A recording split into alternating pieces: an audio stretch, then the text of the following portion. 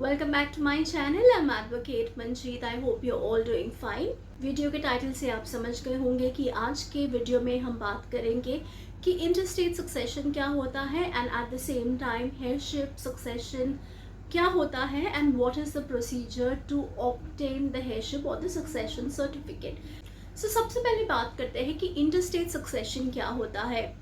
Interstate succession basically means that कि अगर एक इंसान अपने लाइफ टाइम में एक विल नहीं बनाता है एंड उसके पहले ही उसकी डेथ हो जाती है, यानी at the time of the death उस बंदे की कोई भी विल एग्जिस्टिंग नहीं थी या उसने अपने लाइफ टाइम में कोई विल नहीं बनाई थी, तो उस सिचुएशन में जो भी उसकी प्रॉपर्टी है, B it movable B it immovable, वो किस तरीके से डिवॉल्व होगी, किस तरीके से डिवाइड होगी उसके लीगल हेयर्स में, उसे हम इंटरस्टेट सक्सेशन कहते हैं।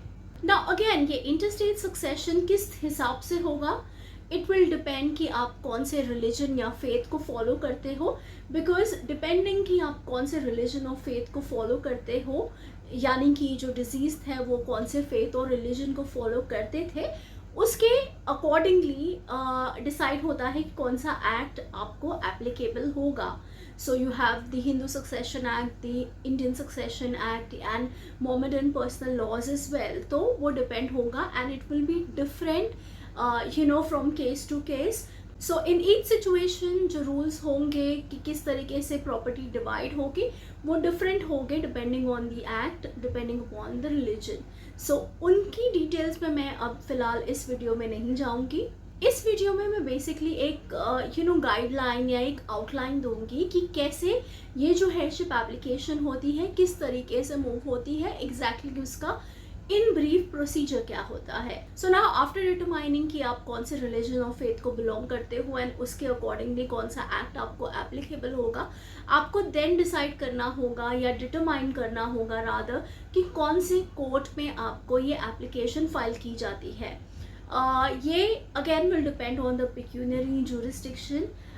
सो आपका जो क्लेम अमाउंट है उसके accordingly pecuniary jurisdiction comes into play and आपको उस कोर्ट में आप आपका हेयरशिप या सक्सेशन सर्टिफिकेट के लिए अप्लाई कर सकते हो। अनदर इम्पॉर्टेंट थिंग इज कि यहाँ पे अगर इमूवेबल प्रॉपर्टी इन्वॉल्व है तो you will also have to consider territorial jurisdiction, यानी कि उस कोर्ट में आपको फाइल करना होगा जहाँ पे ये इमूवेबल प्रॉपर्टी सिचुएटेड है। सो ये दोनों चीज़ें आपको कंसिडर करनी होगी, the pecuniary as well as the territorial jurisdiction simultaneously, and आपको डिटरमाइन करना होगा कि कौन से कोर्ट में, सिविल कोर्ट में आपको ये एप्लीकेशन फाइल करनी है। तो जैसे कि मैंने आपको बताया कि डिपेंड होता है कि कौन से रिलीजन या फेथ को आप फॉलो करते हो and the act that applies to you.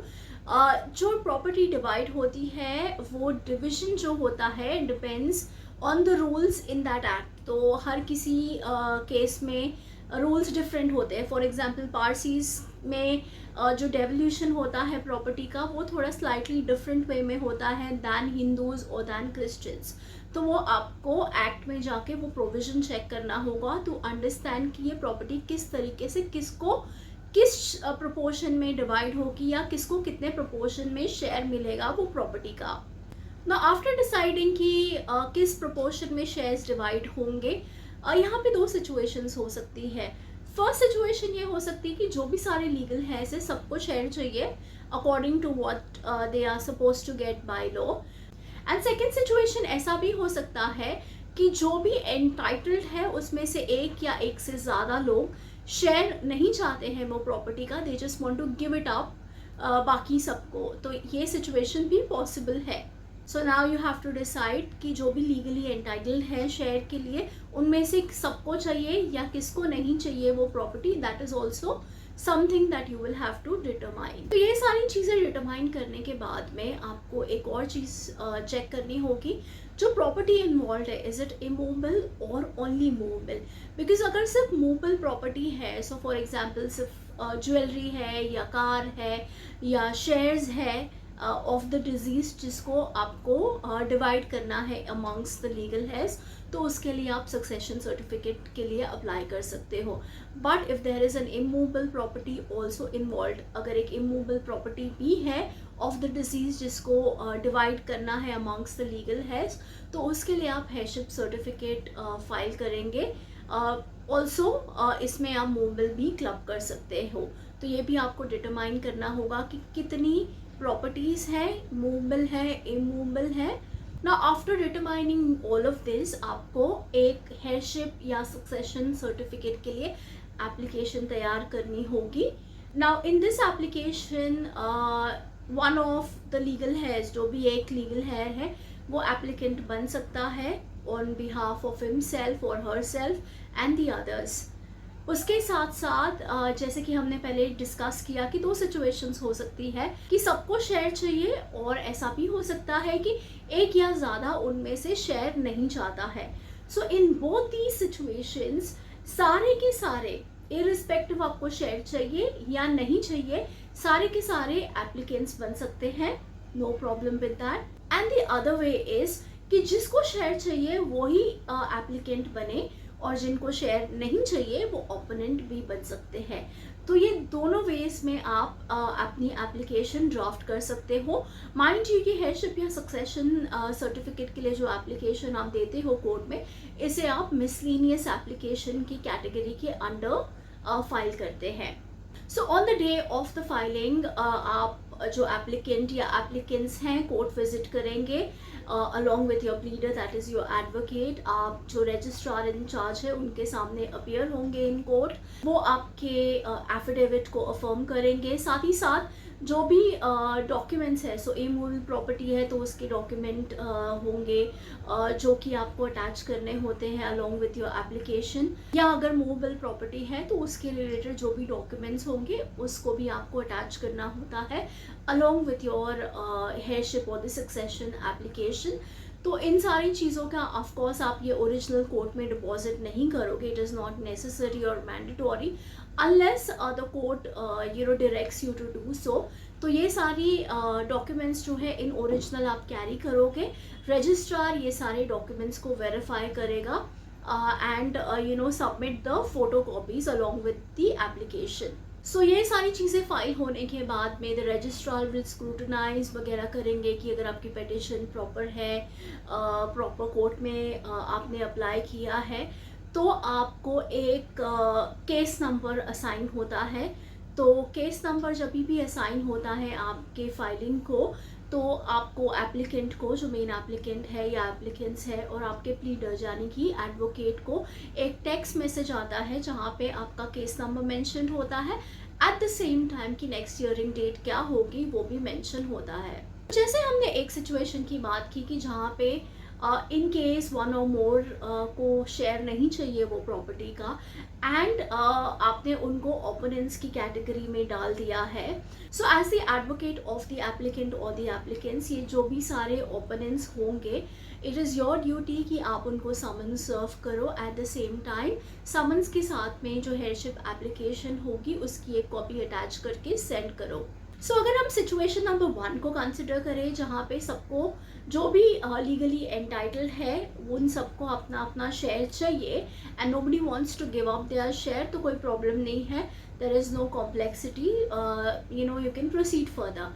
But in a situation जहाँ पे जैसे कि one or more does not want to take any share, उनको कोई शेयर नहीं चाहिए वो प्रॉपर्टी का, they just want to give up their share to the others, तो उस सिचुएशन में वेदर वो एप्लीकेंट है या उनको एज ओपोनेंट ऐड किया गया है केस में, ये कोर्ट में अपीयर होंगे बिफोर द जज and at the same time एक नो ऑब्जेक्शन एफिडेविट सबमिट करेंगे कोर्ट में। एट द सेम टाइम वो कोर्ट में अपीयर होंगे बिफोर द जज on the hearing date and जज उनको क्वेश्चंस पूछेंगे टू मेक श्योर कि वो एक्चुअली अपना जो शेयर है नहीं चाहते हैं and they want to give it up. अगर ये हेयरशिप या सक्सेशन एप्लीकेशन जो आपने फाइल की है, it is also regarding an immovable property, तो clerk of the court, bailiff of the court को एप्लीकेशन सेंड करेंगे, एक रिक्वेस्ट सेंड करेंगे रादर कि ये इमूवेबल प्रॉपर्टी है, ये केस है, और इस केस में आपको ये इमूवेबल प्रॉपर्टी विजिट करनी है एंड अपनी रिपोर्ट तैयार करनी है।